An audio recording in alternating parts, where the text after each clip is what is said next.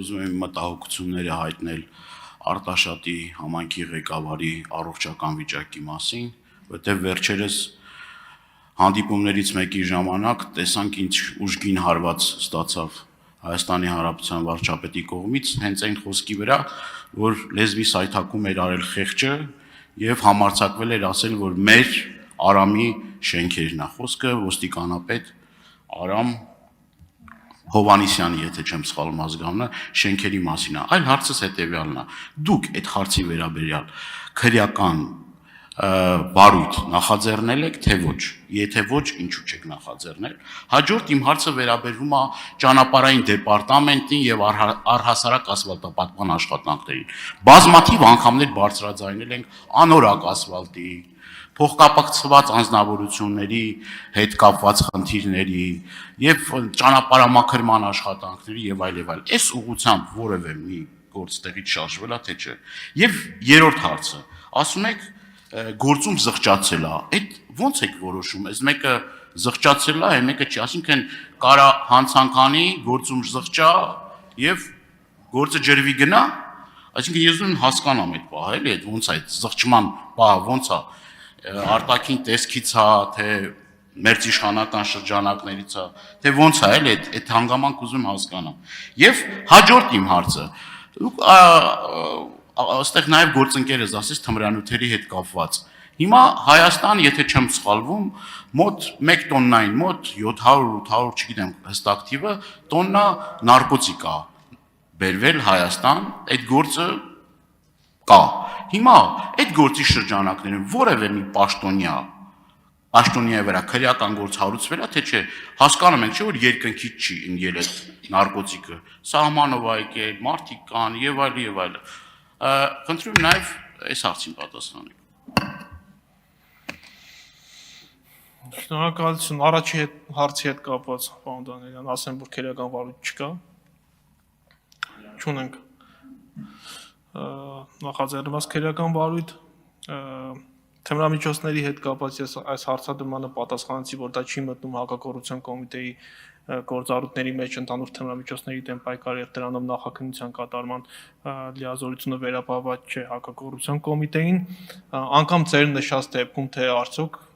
որևէ պաշտոնյա ներգրավված է եղել, հա, որ թմրամիջոցը հասել է Հայաստանի Հանրապետություն, ըստ էության նկարագրում եք անփութության իրավիճակ, հա, եթե պաշտոնյան անփույթ է եղել, այս դեպքում ունենք վարույթ թե չէ,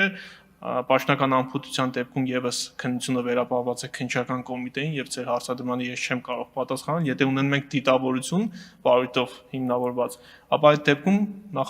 նախաքննության կատարելու լիազորությամբ պաշտված է հակակոռուպցիոն կոմիտեն։ Ձեր նշած դեպքում մենք նմանատիպ վարույթ կամ նմանատիպ դեպք ըստ էության չունենք։ Ճանապարհների հետ կապված մենք ունենք ուսումնասիրություններ, օպերատիվ հետախուզական գործիքակազմի կիրառմամբ իրականացում են ուսումնասիրություններ, որպեսզի պարզվեն նաև անորակ ճանապարհաշինության գործընթացում հնարավոր կոռուպցիոն ռիսկերը եւ ունենք նաև մի շարք քրեական վարույթներ, նորից անորակ շինարարության, այդ թվում նաև անորակ ճանապարհաշինության հետ կապված, որոնցով իրականացվում է քննության արդյունքների մասին հանրությունը կիրազեկվի։ Ինչ վերաբերում է գործուն զղջալու հիմքերին, գործուն զղջալու մասով օրենսդրությունը հայեցողական լիազորություն է տվել նախաքննական մարմնին եւ դատախազի հաստատմամբ անձի նկատմամբ նախաձեռնված քրեական հետապնդումը կարող է դատարեցվել կամ կարող է քրեական հետապնդում չիրականացվել, քրեական վարույթի մի շարք հանգամանքներ հաշվի առնելու պայմաններ են, օրինակի համար անձը ինքնական եկել ներկայացել է նախաքննական մարմնին եւ հայտնել է, որ X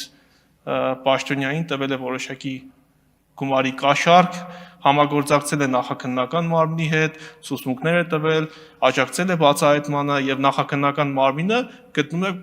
որ այս անձի նկատմամբ մեղադրական եզրակացություն կազմելը նպատակահարմար չէ։ Արդյունքում ունենում ենք գործուն զղջալու իրավիճակ։ Ես ասացի մեկ իրավիճակ, որը հնարավոր է, բայց ամեն քրեական վարույթով մենք ունենք առանձնահատուկ դեպք եւ առանձնահատուկ մոտեցում։ Այսինքն սա վերապահված է օրենսգրքով նախաքննական մարմնին եւ համարվում է հայեցողական լիազորություն։ Շնորհակալություն։ Արձագանք։ Լավ չի, որ մեր Արամի պահով գործ չկա, բայց ուզում եմ մի բանի վրա ուշադրությունը ձեր հրավիրել։ Վերջերս գործընկերների հետ Շվեդիայում էինք, հարց տվեցի իրենց աուդիտորական պալատի նախագահին, ասի ձեր մոտ մեկ անձից գնում կա, ապշած մի 15 րոպե ձեր նայում։ Այսինքն այն ցուցանիշները, որ կա Հայաստանում, այդ մարդկանց մոտ ցնցումներ առաջացրեց եւ շոկի մեջ էին։ Հիմա Հայաստանի Հանրապետությունում ահագնանում է մեկ անձից գնումները եւ դա պատահականություն չէ, էլի իմ համեստ կարծիքով, չգիտեմ, ես գործի մասնագետ չեմ, բայց մտահոգիչ է այդ թվերը։ Եվ հատկապես այդ մեկ անձից գնումների հետ կապված այսպես զգայուն հարցեր կա, որ մրցույթ չի հայտարարվել եւ այլ եւ այլ։ Այս սրա վերաբերյալ դուք կոռուպցիոն ռիսկեր տեսնում եք, թե չեք տեսնում եւ այդ ուղղությամբ ինչ քայլեր են կատարվում։ Պարզա չէ, որ պատահական շատ քիչ է տես բաները։ Պարոն Անդրեյան, կոռուպցիոն ռիսկի առումով ցանկացած իրավիճակում կարող ենք որոշակի կոռուպցիոն ռիսկեր, հա, գնահատենք ու ասենք, այս դեպքում տեսնում ենք կոռուպցիոն ռիսկ, այնպես դեպքում չենք տեսնում։ Ձեր նշած գնման գործընթացի հետ կապված, հա, եթե դուք ունեք կոնկրետ դեպք, որտեղ ինքներդ տեսել եք կոռուպցիոն ռիսկ, հա, մեկ անձից գնման ընթացակարգի մասով, ապա դուք կաշկանդված չեք, որպեսզի հաղորդում ներկայացրեք։ Մենք ինքներս նաև օպերատիվ ստորաբաժանումներում համապատասխան հիմքերի տվյալների առկայության դեպքում ուսումնասիրություններ անում ենք եւ շատ դեպքերում ունենք արդեն նախաձեռնված քերական վարույթներ, երբ որ գտնում ենք, որ գնման process է խախտվել, գնման ընթացակարգ է խախտվել։